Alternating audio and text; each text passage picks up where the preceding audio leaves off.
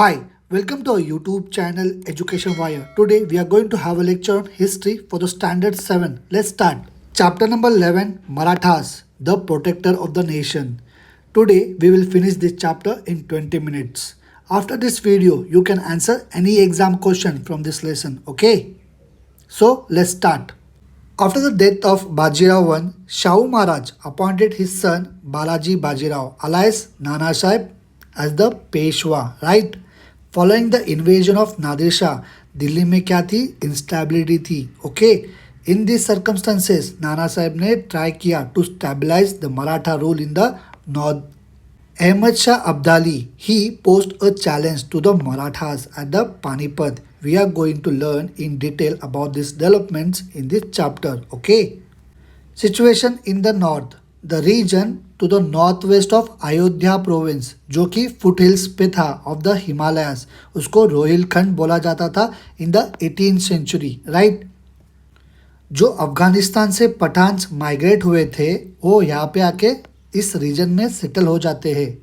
इनको रोहिलास बोला जाता था. जो रोहिलास थे इन्होंने दाऊद रीजन में तबाही मचा के रखी थी और जो रीजन था वो गंगा और यमुना रिवर्स का था, ओके? उसके बाद जो नवाब थे of Ayodhya he invited Marathas to subdue the Rohillas. Subdues मतलब किसी को डिफीट करना, right? Marathas chastise the Rohilas. Chastise मतलब to punish somebody physically. Okay. Conflict with the Afghans. Ahmad Shah Abdali. He was the ruler of Afghanistan. He was attracted by the riches of India. इन्होंने मार्च किया पंजाब के ऊपर इन 1751 में. Mughal territories में anarchy फैली हुई थी. एनार्की मतलब ऐसी सिचुएशन जहाँ पे लोग किसी रूल और लॉ को फॉलो नहीं करते. मुगल्स अभी फेस कर रहे थे द थ्रेट ऑफ अब्दालीस इन्वेजन. ऐसे सर्कमस्टेंसेस में मुगल्स ऐसा सोचते हैं कि अभी नेसेसरी है कि वो खुद की प्रोटेक्शन करे, इसलिए वो क्या करते हैं? मराठास की मदद लेते हैं. मुगल एम्परर वो श्योर था मराठा की पावर और स्ट्रेंथ के बारे में, उनके इंटीग्रिटी के बारे में. इंटीग्रिटी मतलब उनके हॉनेस्टी के बारे में. और उसको अच्छी तरीके से पता था कि दिल्ली को कोई भी दूसरी पावर प्रोटेक्ट नहीं कर पाएगी जो कि मराठास कर पाएंगी, ओके? इसीलिए मुगल एम्परर एक ट्रीटी करते हैं with the Marathas in the April 1752. According to this treaty Marathas agree होते हैं दिल्ली को प्रोटेक्ट करने के लिए, मीन्स मुगल पावर को प्रोटेक्ट करने के लिए from the enemies like the Rohillas, the Jats, the Rajput and the Afghan powers, right? In return Marathas को क्या मिलता है? कैश मनी मिलती है. Right to collect chauthai in the territories of Punjab, Multan, Rajputana, Sindh, Rohilkhand and the subedari of Ajmer and Agra province, okay?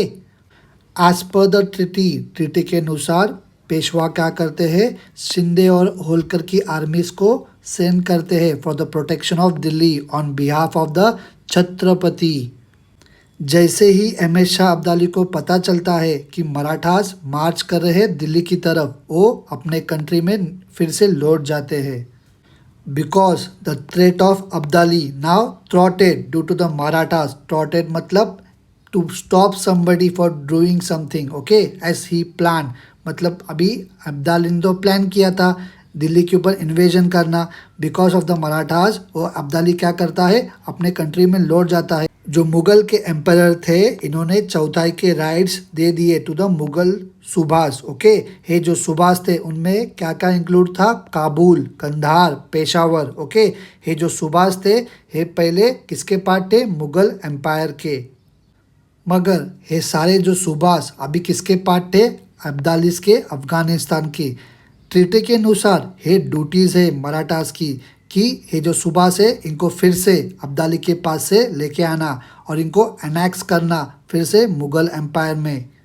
ये सारे जो एरिया है अब्दाली को अपने अफगान के कंट्रोल में चाहिए थे. The region up to the Punjab province, okay? So जो कॉन्फ्लिक्ट है वो होने ही वाला था between the Marathas and the Abdali. It was imminent and inevitable मतलब इसको कोई नहीं रोक पाने वाला था अभी.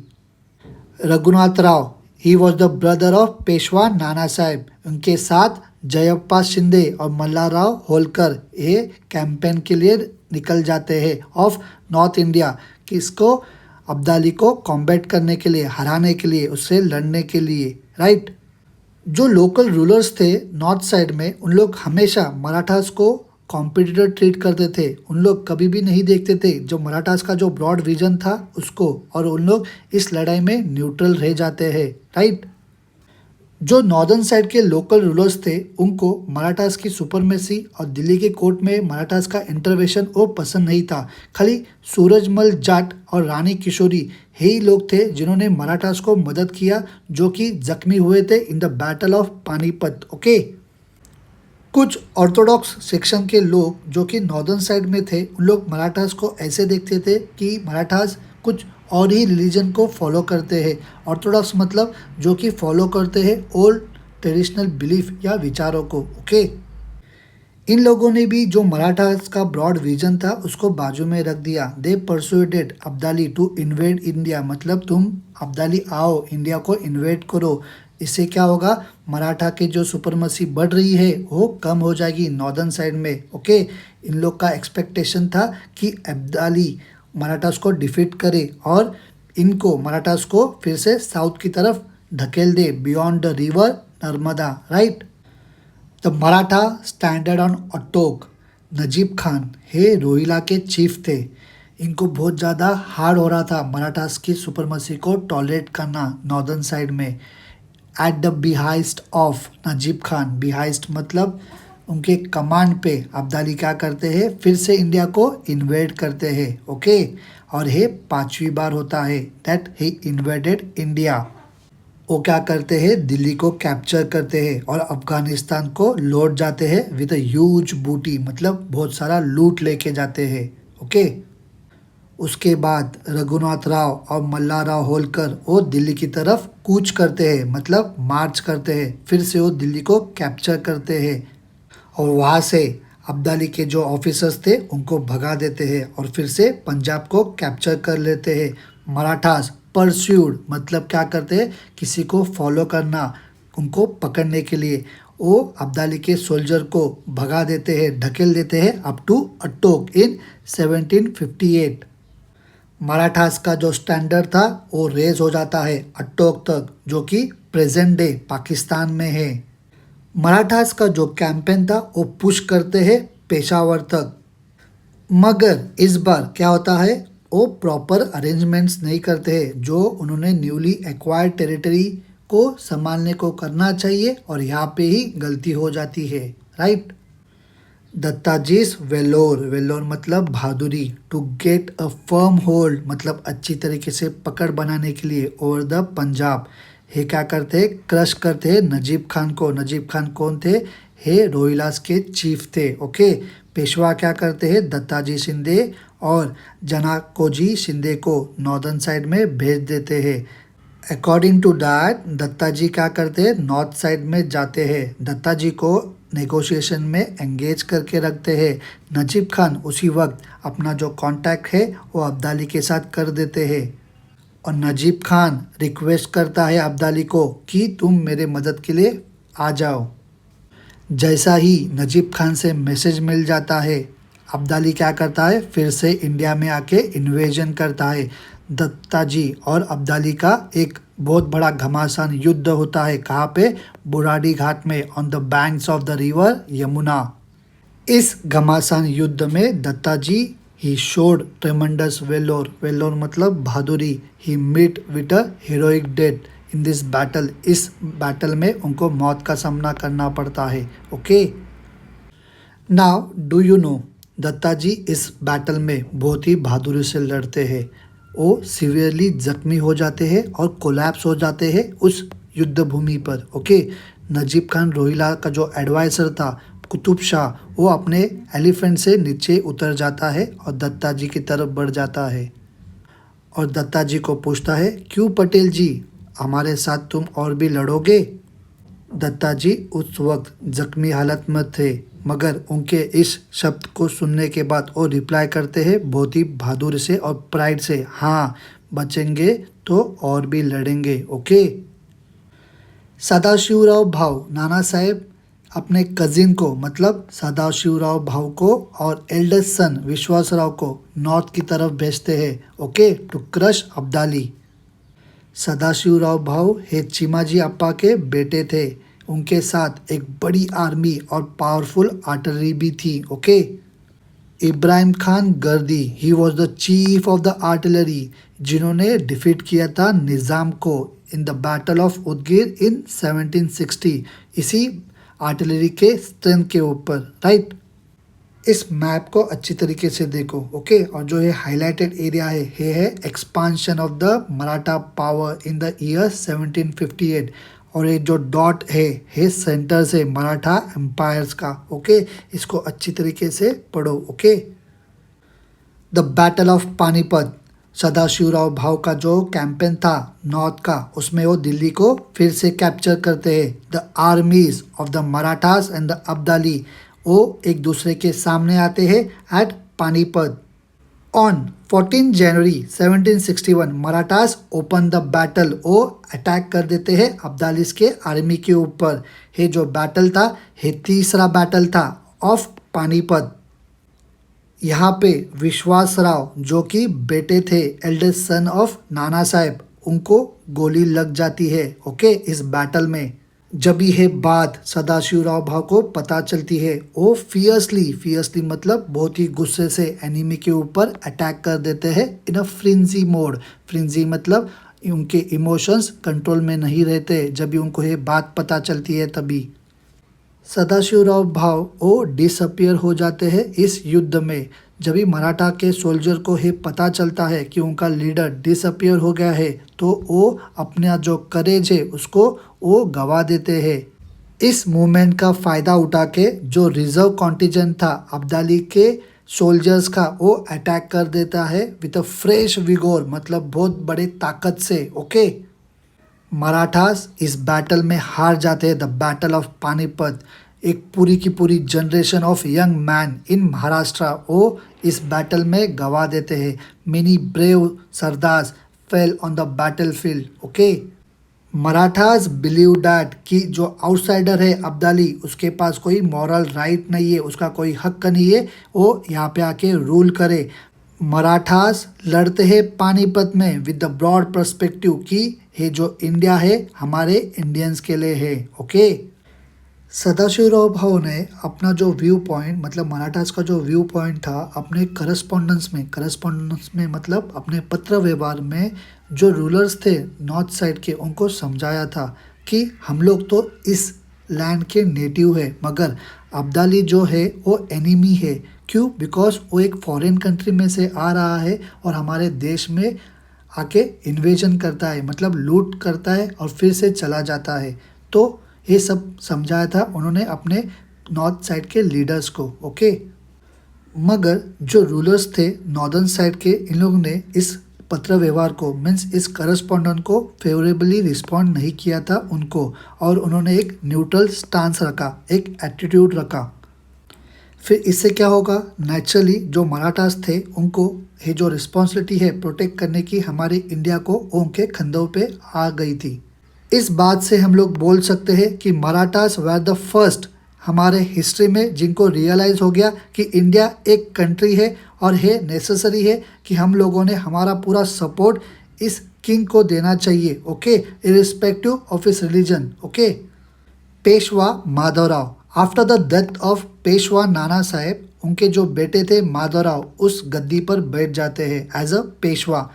माधवराव क्या करते हैं, निज़ाम और हैदर अली को एक डिस्टेंस में रख देते हैं, ओके। माधवराव फिर से एस्टैब्लिश करते हैं supremacy of the Marathas in the north. जैसे ही निज़ाम को पता चलता है कि मराठास का डिफीट हो गया है, तो निज़ाम क्या करता है, फिर से अपना जो एंटी मराठा एक्टिविटी है उसको शुरुआत कर देता है।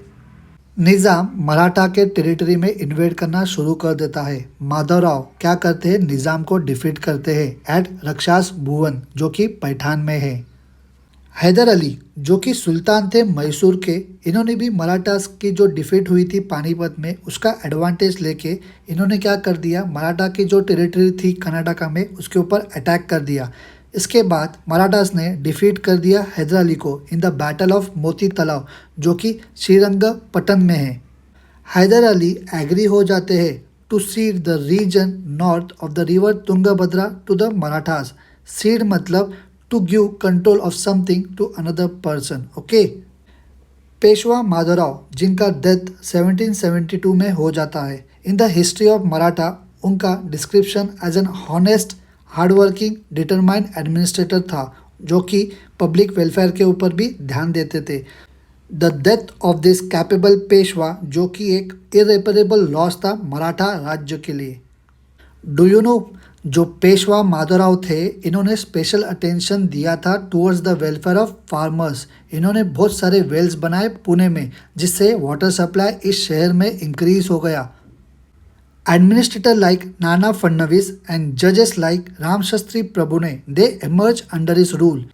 इन्होंने जुडिशरी सर्विस को रिफॉर्म किया फॉर बेटर जस्टिस कि आम लोगों को अच्छी तरीके से जस्टिस न्याय मिल सके। इसलिए इन्होंने आर्टिलरी और एम्यूनेशंस की फैक्ट्री की शुरुआत की। इन्होंने एस्टेब्लिश किया एक mint to make coins. Okay.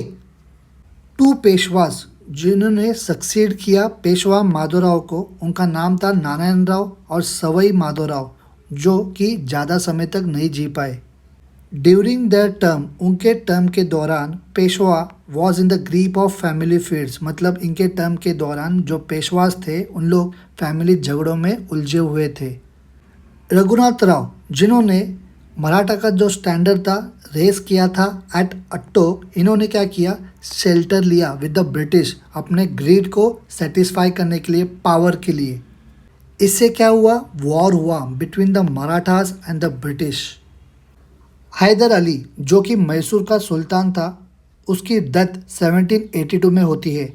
उनके बाद उनका जो बेटा था टीपू वो सुल्तान बनता है मैसूर का। वो एक स्किल वॉरियर था, एक स्कॉलर था और एक पोएट भी था। ओके। उसने अपनी कॉम्पिटेंस का यूज़ करके he increase the might of his kingdom. Competence मतलब the fact of having the ability और skill. Okay. He establish contact with the French and shock the foundation of the British supremacy. इसकी death 1799 में होती है in a battle against the British. The Maratha supremacy rises once again. Maratha prestige in the north has suffered a severe setback because of the defeat at the Battle of Panipat. फिर माधवराव क्या करते हैं महादी शिंदे, तुकोजी होलकर, रामचंद्र कनाडे और विशाजी पंत बेनीवाले इनको Maratha rule को re-establish करने में north side में भेज देते हैं। मराठास की आर्मी डिफीट करती है जट, रोहिलास और राजपूत को और मराठास क्या करते हैं रिस्टोर करते हैं मतलब जो एम्पायर शाह आलम है उसको दिल्ली के तख्त पे बिठा देते हैं under their own protection. Maratha का जो पावर था वो फिर से नॉर्थ में रिवाइव हो गया था। मराठास इस बैटल में हैवी लॉस सफ़र करते हैं। अब्दाली इस बैटल को तो जीतते हैं मगर उनके भी सोल्जर्स इस बैटल में मारे जाते हैं। इनको इस बैटल से फाइनेंशियली कुछ भी बेनिफिट नहीं मिलता है। इनफैक्ट अब्दाली और उनके डिसेंडेंट फिर से करेज नहीं जुटा पाते कि वो फिर से जाके इंडिया को इन्वेड कर पाए। इनको रियलाइज़ हो जाता है कि मराठास ही है जो कि जिनके पास स्ट्रेंथ और कैपेसिटी है इस दिल्ली के एनर्जी को कंट्रोल करने की। वो आगे जाके एक्सप्रेस करते हैं अपने विश को कि मराठास ने इस एम्पायर को प्रोटेक्ट करना चाहिए, कंट्रोल करना चाहिए। वो एक मैसेंजर को भी भेजते हैं to Pune to establish a cordial relations with the Peshwas. ये इम्पॉर्टेंट हो जाता है नोट करना कि मराठास ओवरकम करते हैं ये जो उनका डिफीट हुआ था the great defeat at Panipat और सक्सेसफुली वो अपने सुपरमसी को रिवाइव करते हैं in the politics of the north. इन सारे इवेंट में जिनका लायन शेयर है उनका नाम है मल्हारराव होलकर, अहिल्याबाई होलकर, महादी शिंदे। ओके।